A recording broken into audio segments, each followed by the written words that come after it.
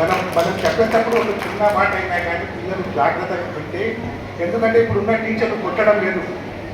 అప్పుడు మేము కింద ఉన్నప్పుడు బాగా గుర్తుంది. అన్ని ప్రోగ్రాంల కంటే నాకు నచ్చిన ప్రోగ్రామ్ ఏదైనా ఉందంటే, ఒక ఆడియో ఫంక్షన్ పోయినా కానీ, ఒక స్కూల్ ఫంక్షన్ పోయినా కానీ, నాకు నచ్చిన ప్రోగ్రామ్ మీరు ఈ స్కూల్ ప్రోగ్రామ్ అయినా కానీ, కాలేజ్ ప్రోగ్రామే నాకు నచ్చిన ప్రోగ్రాము. మీరు చూస్తుంటే నాకు ఎందుకో చాలా వెనుకబడి నేను ఏమేమి చేశాను, ఎలా చేశాను అన్నీ మధ్య గుర్తుంటాను.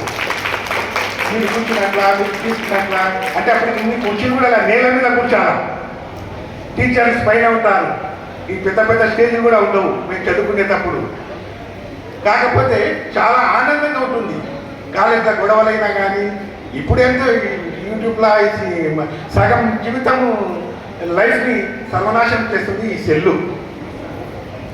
అందుకు పిల్లలు బాగా భవిష్యత్తులో బాగా చదువుకోవాలని, మంచి లైఫ్ని ఏర్పరచుకోవాలని, ఇటువంటి కార్యక్రమానికైనా కానీ ఇటువంటి ఫంక్షన్కి పిలిచినందుకు రాజధానికి నాకు ధన్యవాదములు.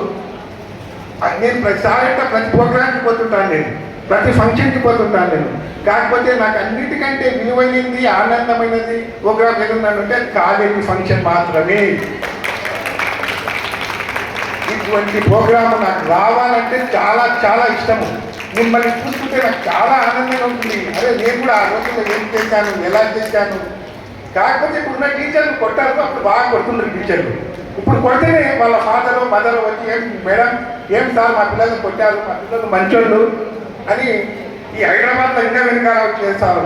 హైదరాబాద్ గురించి మాట్లాడాలంటే ఇటు మందులు బాగా చదువుకోవాలని నా ఆశీస్సులు. ఇటువంటి ప్రోగ్రాం మళ్ళీకి రావాలని నేను మనస్ఫూర్తిగా కోరుకుంటూ, ఈ అవకాశం ఇచ్చిన రాజు గారికి నా కృతజ్ఞతలు తెలుపుతూ, ఇక్కడ ఉన్న టీచర్స్కి నా హృదయపూర్వక శుభాకాంక్షలు తెలుపుతూ ఇంతటితో ఈ కార్యక్రమాన్ని ముగిస్తున్నాను.